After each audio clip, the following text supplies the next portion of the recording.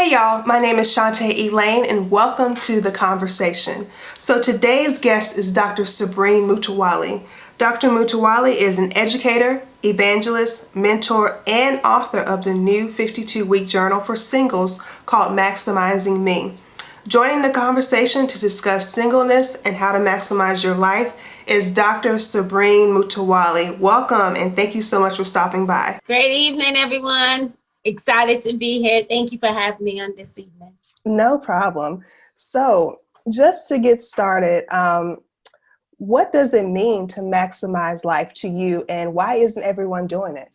What it means to me to maximize my life is living a life in purpose, for a purpose, on purpose, and fulfilling the will of God for my life here on earth while I have the opportunity, the time, and the chance to do so.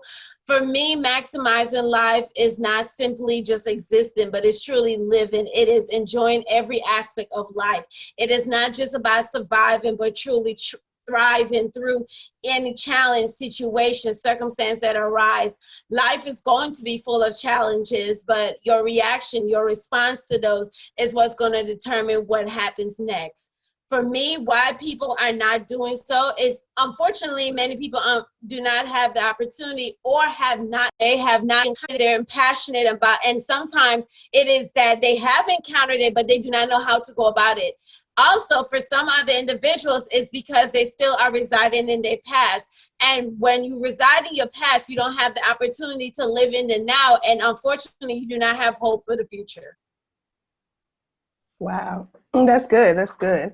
So your journal, Maximizing Me, covers the 8 dimensions of wellness, which includes physical, intellectual, emotional, social, spiritual, vocational, financial, and environmental dimensions. Why are each of these dimensions important? Well, I will start from the beginning. So there is the National Wellness Institute, which was co-founded by Dr. Bill Hetler. And what they do, they actually divvy up these initially it was only 6 categories, and then 2 more were added later on. And so what they're doing when we're talking about wellness, we're talking about an actual active process in which people become more aware of who they are, what it is that they're doing in life, become more aware of the choices that they're making, and so that they can have a successful existence. These 8 dimensions of wellness actually overlap with one another. So take, for instance, when it is that we'll take COVID, we had to quarantine, had to end up going into isolation. And as a result of that isolation, meaning we are being pulled away from the social dimension, which requires us to interact with individuals. And now we're coming into isolation and seclusion, which unfortunately had for some individuals, it was a great thing because, if you're an introvert, you're like, hey, whatever, quarantine, woohoo. But for others, this had a negative impact on them emotionally, because now I don't have the opportunity to have those relationships that I tend to have. I don't have the opportunity to connect with another individual. And that even goes into the physical aspect. I can't go to the gym and socialize with the people that I usually socialize with, which in turn has had a negative connotation on my body, because now I'm just sitting here eating, doing all these different things. Going back to the emotional, now I'm starting to feel overwhelmed because now I've gained this amount of weight, and all these different things start rolling into one. And so for me, when I discovered these dimensions of wellness, as a result of teaching them to my collegiate level students, and when actually the class that I was teaching it in was for elderly individuals. So my thought process was, well, if this is working for the elderly individuals, what is it doing for the younger generation, the millennials? What is it doing what can it do for Generation Z, and so forth and so on? And so those dimensions of wellness has to be, is a holistic approach, and it allows you to fuse all those 8 areas in order for the individual to become a better person in life. Okay.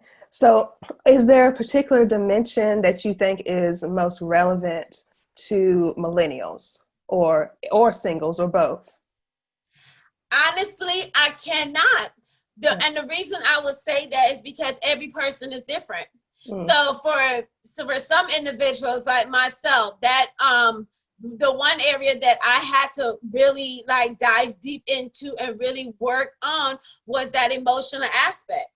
And I didn't realize that sometimes I can be detached and desensitized, from the emotions and the different things of individuals. Whereas for somebody else, maybe like my sister, whomever it may be, hers may be occupation. So everybody is different. Those areas that you need to quote unquote perfect, or really, I don't like to use the word perfect because there was only one who was perfect, but I rather use the term maximize for those areas that you're continuously working on. So I can't say that there's one area in which every single fall under, because again, every individual is different.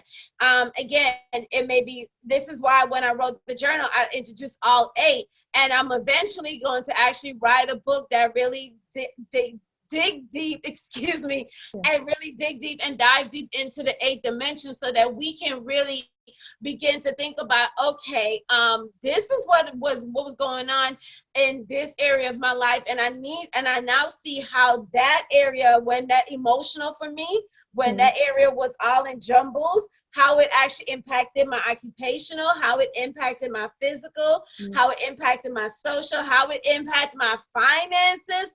Because when I get out of whack, when my emotions are off the chain, I like to spend. Makes you feel better, don't it? Okay. And then when I get the bill, I'm like, I don't feel so good anymore. Nice. Right? I was an emotional spender. And so in working with that area, I've now been able, to do some different things with my finances, put money in places that I would never thought about putting it before, and investing in things that I never thought about investing before, because that emotional aspect I has really truly worked on. Now my next area that I'm going to truly be diving and digging even deeper into is the environmental aspect. Never thought about the environmental part of it. That decluttering your space, even as far as being a part of different environmental, not necessarily organizations, but doing things that will help my environment, and not just talking about my house, but our environment as a whole, the earth, and different things like that. So there's no one set, area that we need to work on, because every person is different. So you just have to be real with yourself and say, okay, this is the area right here that you put a finger on it and it's really sore. It's a tender spot for me, and mine was emotion. Okay, nice. So this journal is written for singles, so it focuses on singles. How would you say specifically, how should singles use these points that you provide in your journal, or just in general? We can even talk outside of your journal. In general, how can singles maximize their life? And so one of the things, believe it or not, and you're going to laugh at this, I have actually more married folks buying it than singles. And I was just like, wait a minute. And honestly, I'm going to be real with you and real and transparent, because when I sat back and thought about it, I said, I should have took the word single off of there, because it is so generic that any person really truly can read it. Any person can really dive deep into these different areas and dimensions, because to be honest, I don't know how many people are very much aware of the dimensions of wellness. How many people are aware that there's a National Wellness Institute? And so when I really sat back and thought about it, I said, next year when I do this, because I am going to write another one, I'm going to specify, I'm going to do one for women, and then I'm going to find a gentleman to co-author the one for males. Okay. I really should have left the term singles out, but the reason why I put singles on there is because, having been a single woman for the last 13 years, there was different things in my life and different areas that I wanted to, again, get to know Sabreen, get to understand Sabreen, get to really truly love Sabreen, and to really embrace who I was. And so when I wrote the journal and I wrote those 8 dimensions, I'm going to speak now for specifically for singles, is because back in January, for my birthday, and I'm not going to tell you all how old I turned, 35, but I went to Dubai for my birthday, and again, I'm very open, I'm very transparent. I've always said to myself, I kid you not, Shantae, I always said to myself, I'm never going to Dubai until I go for my honeymoon with my husband. Okay. As you Wow. can see, That's all right. That's okay. nothing is there. And you're right, that part, what you just said, and that's all right. Yeah, it is. And I made up in my mind last year, that I was going to spend every birthday in somewhere different. Now, COVID done hit as soon as I made that goal. Mm-hmm. COVID hit, and COVID just won't let me be great. But that's all right. We're going to figure it out somehow. And so the one thing that truly, and I am a believer, and the Lord had truly spoken this to me, and he said, there's so many people, so many of my sons and daughters are settling for just existing and not truly living. Mm-hmm. And I was in the airport I think, we flew I was in Sweden, somewhere, I can't remember where we flew from, but I was in the airport and I literally had tears in my eyes as I was recording that. And it really hit me to the core that so many people are settling for just existing, especially singles. You know, the end goal of being single is not marriage. Yeah, talk about that. I need to disrupt some people right now. They're thinking in their process right now. The end goal of singleness is not marriage. The end goal of singleness is fulfilling the purpose and the will of God for your life in that specific season. Know this, not every single is going to get married. True. Yeah. You know, not everyone is going to get married. Is marriage a beautiful thing? Yes. Do I want to get married? Yes, I do. Okay. But I want you all to realize, and I want you all to understand that that is not my primary focus. And so many times, unfortunately, because of the society we grew up in, or because of the culture and the norms of our family, how many of us already have, you know, parents? I know I love my mom to life, but my mom has 2 daughters, and, you know, neither one of us have given her any children. And we're giving her 4-legged creatures with nails that bark, and we call them our children, you know? And she's asked, you know, like, when are y'all gonna get married? How many people feeling that pressure? You know, those comments. And I love family members, but we have to be mindful the questions that we ask people. We have to be mindful the statements that we make, because you never know how the seeds that you are planting can manifest into so many different things. And so for singles, those 8 areas in your life, I always start out with the spiritual. I don't care. Anything else can flow after that. But that spiritual aspect, if your spirit and if your soul is not anchored in the solitude of a divine power, you're going to have beliefs. You're going to be able to be swayed to any and every little thing. You're going to move with the ease of the breeze and with the ease of the wind. And that should not be. You should be grounded on a cornerstone. You should have a solidified foundation. And for me, that's spiritual. And if you looked in the journal, week 1 talks about the spirit and spiritual, and having that spiritual aspect, because that having those core values, being grounded in those areas, the other things will seemingly flow into place. And so as singles, having those 8 areas, maximizing those 8 areas allows us to place our focus back on what needs to be focused and what our focus should be all along. And that is fulfilling purpose. You know, marriage is a beautiful thing, and it has purpose in marriage. Being single is a beautiful thing. You have purpose in single. Neither one is better than the other. Yeah. Okay. Neither is better than the other. If your season is in singleness, then you need to rock that thing out like a bad pair of heels, okay? Not all you want, or a bad suit for my gentleman. Give the people the business, all right? If you are married, You do that beautifully. You be that power couple. You be the relationship goal. Hashtag relationship goals. Right. You be that. But be who you're supposed to be in that time and in that season. Maximize those areas in your life and during that time. So as a single female, you know, for me, I had to realize, and you know, there's so many goals I had made as far as relationship was concerned, right? And I used to make those goals the priority goals instead of fulfilling the goal of, you know, finishing the degree or fulfilling the goal of doing this and doing that. And when I finally realized that God had me in this season for a reason, in this time, to really truly have that stillness and that away time with him, but also help my other brothers and sisters who are in this single life to realize that being single is not a disease. Being single is not detrimental. And we have got, again, society. I love my societal brothers and sisters, all you in society. If you're listening, you're in society, okay?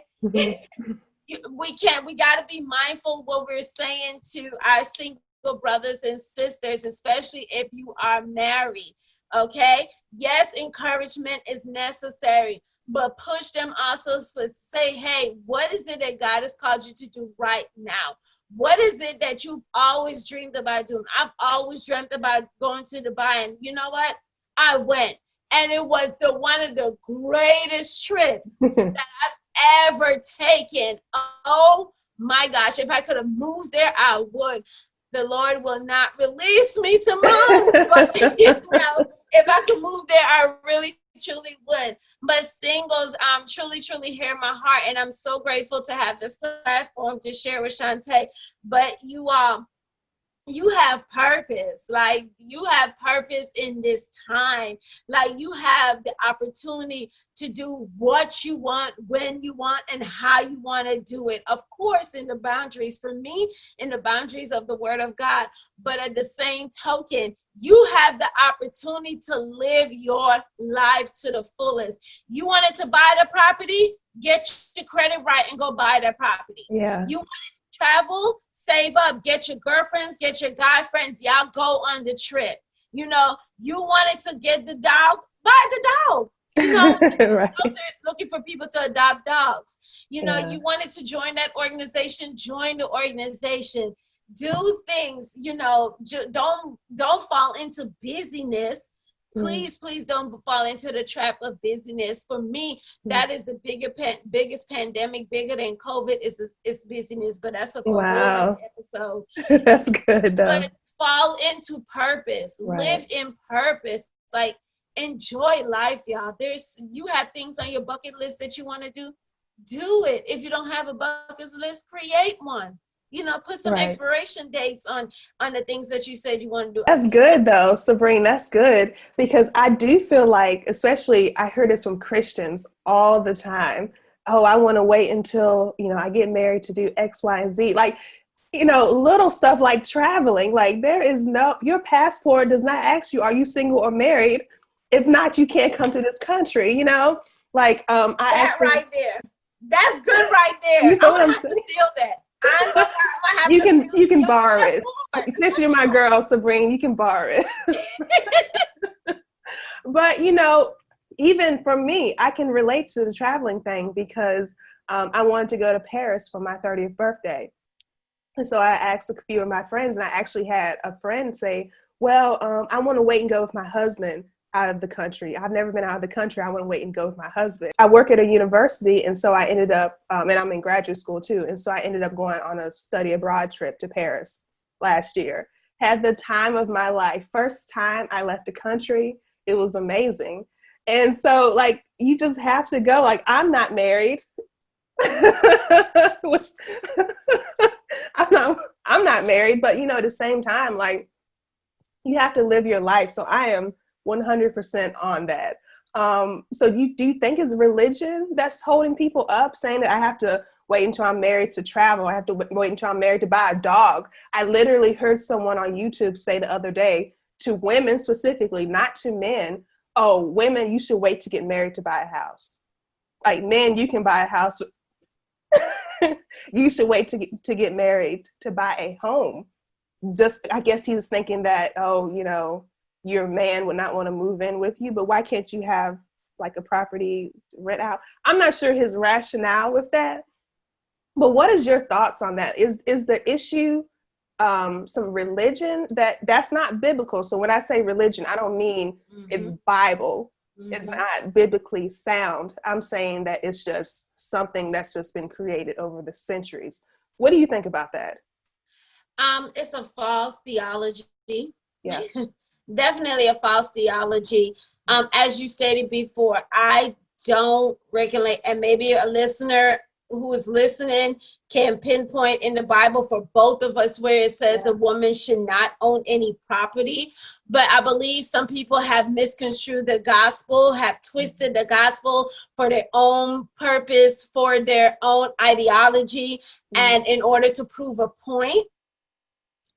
I know several of my friends. I have several friends who I know she owned a property before he came along. And when they got married, he was in an apartment and she had her house, and he moved into her house. Then he did something tremendous. He went and built them a house, you know? So I don't know where that individual or what it is that that individual has seemingly, where that thought process came from, where that perspective came from. If that's what's happening in their household, I respect you. But what I don't want to happen is that you're spreading this false ideology that a woman, and there's a different thing between submission and being a carpet or being somebody's doormat. Right? Submission means that I'm going to come under the mission, as my pastor, my bishop would say. I'm coming under the mission, and the mission, guess what?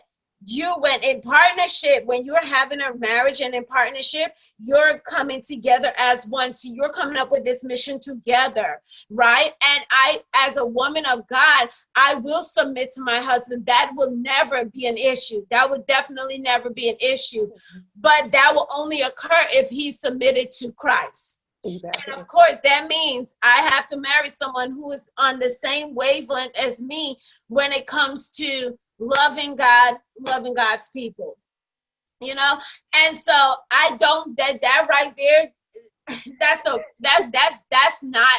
is not, let me say right there, that is not. It's not. That is not. Not at all. Not at all. Not at all. The accuracy. There's no accuracy in that. There's no accuracy in that. There's not even if you get out of the spiritual realm and come into the secular realm, even in the secular realm, show me. I really want you to show me where that even any makes any type of sense. Exactly. Any type of sense. Yeah. You know, why would you not want to? And the property, my friend who I'm talking about, that her husband and they built the house, the property that she had is now a rental property. It's paying for itself. So that is additional cash flow income into their house. They're making money even while they're sleeping. Yeah. And so I'm not even sure where that person that was even coming from. But you know what? Unfortunately, that is stuff that is handed down culturally. That is stuff that is handed down. And for me, it's an old wives' tale that, you know, you need to do this, you need to have that. If you even look at society, our women and men are getting married later in life, having children later in life, because people have become more focused on their careers. And that's not it. And that is not, you know, the telltale all for everyone. But it's something that's becoming more and more common. What they had in generation for the boomers, what they had, you know, in our grandparents' generation, that worked for them. But for us millennials, it just doesn't work. There's some traditions that we have inherited that, yes, that are essential to building the foundation, but things have changed. You know, things have begun to shift. Why would I leave my 4 or 5 bedroom house to move into a 1 bedroom apartment? No sense. It makes no sense. None whatsoever. And the reason why I even brought that up is because this person has like almost 1 million subscribers on YouTube. So he has a large following. Wow. So it was kind of like, ooh, take that Wow. with a grain of salt, people. Okay, Please so do. on that, let's move into this. So on this show, one of my purposes is to make sure I'm putting out relevant and relatable content. And like we've said before, both of us are single. We're obviously both single Black women. And we hear so many statistics about Black women and dating when we, in just in family life in general. You know, I've seen statistics, and I'm sure you've seen them. 70% of Black children are born in single parent homes versus only 30%. So the exact opposite when compared to Caucasian children. And Black women, according to ncbi.gov, typically are getting married at a later age. So, and this is to a 2010 study during the last census. So we're getting married around 30 if we get married. And versus other races, white women, Latinas, they're getting married around 26. And so with these discrepancies, first of all, how do you feel about that? And what would be your specific advice when it comes to maximizing your life? And also when it comes to marriage and dating, what specific advice do you have for Black women? So I've heard, and I'll share my experience. I know I have been told that I'm intimidating. That's one of the biggest words that you will hear when it comes to women who, quote unquote, have some form of power or who are in positions of authority and different things like that. And then you add a skin color to it, and you know it's already a stigma that this beautiful chocolate, you know, taffy, caramel, mocha, whatever flavor it is you are as a African American individual, already is an intimidating aspect of it. And so for me, I even asked a relationship expert, and this individual is very, very much well known. So I went to a seminar that he was a part of at a women's conference, and I sat and I listened, and you know, different things like that. And I asked a question. I said, you know, why is it that men find, you know, women like myself or like you, why is the word intimidated used? And the one thing he said to me, he said, well, you know, do you smile? I said, if you know me, I smile 24/7. I'm laughing Exactly. at everything, you know. Yeah. Then he said, how is your social media presence? And yada, yada, yada. I said, you can go to my social media right now. I'm smiling on there as well, you know? And so he really couldn't give me an answer. Mm-hmm. He really couldn't give me an answer about that. And so I left the seminar the same way I came in, answerless about what it is about being intimidated.